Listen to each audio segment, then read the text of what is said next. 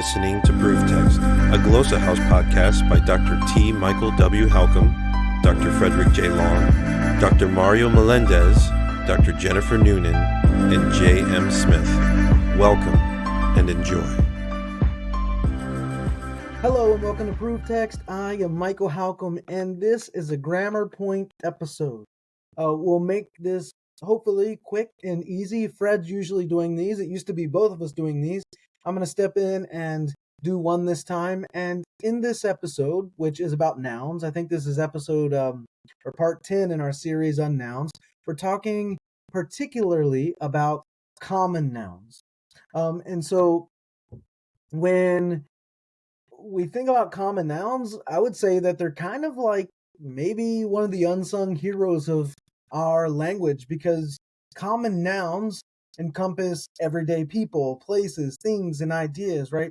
From a pair of glasses to a humble pencil to a majestic mountain, common nouns bridge our conversations and they create a shared understanding of the world all around us. I mean, think about it, right? With common nouns, we can express our thoughts. And if we didn't have common nouns, expressing our thoughts would be like trying to navigate a foreign city without a map. And I've been there, done that, and that's no fun. So we really need to take a minute, and that's what we're doing here, to just appreciate the simplicity and ubiquity of common nouns in our world, in our daily lives. Whether it's a cup of coffee, common noun, a cup of coffee in the morning, or the routine commute to work. These words color our conversations, and they really have a way of anchoring our expressions.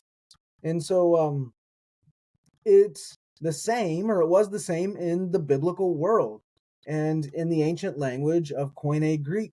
See, just like in English, common nouns played a crucial role in conveying meaning even back then, and even in our sacred texts, right? In the New Testament, which, as we know, is written in Koine Greek, we have some Aramaic, we have some Latin, some Hebraisms, but in New Testament Greek, we really have a rich tapestry of common nouns.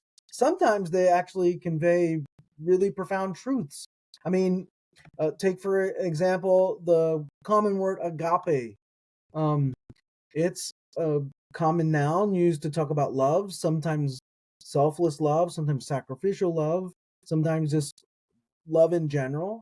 But if you were to read 1 Corinthians 13, you'll hear this kind of love talked about, or you'll read this kind of love talked about, and you often, of course, hear 1 Corinthians 13 read in wedding ceremonies and things like that. Another word right off the top of my head is the word pneuma. It's a common noun for breath or spirit.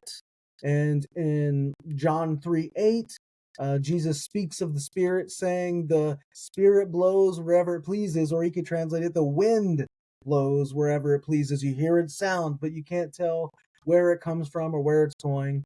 And so it is with everyone born of the Spirit.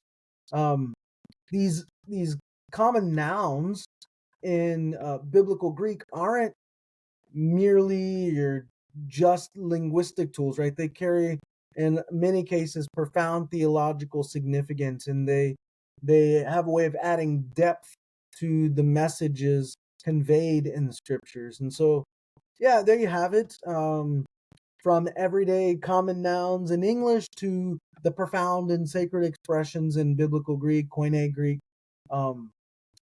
Our exploration of language never fails to reveal the beauty and depth hidden within words, whether modern or ancient. So, I hope you enjoyed this episode of GrammarPoint.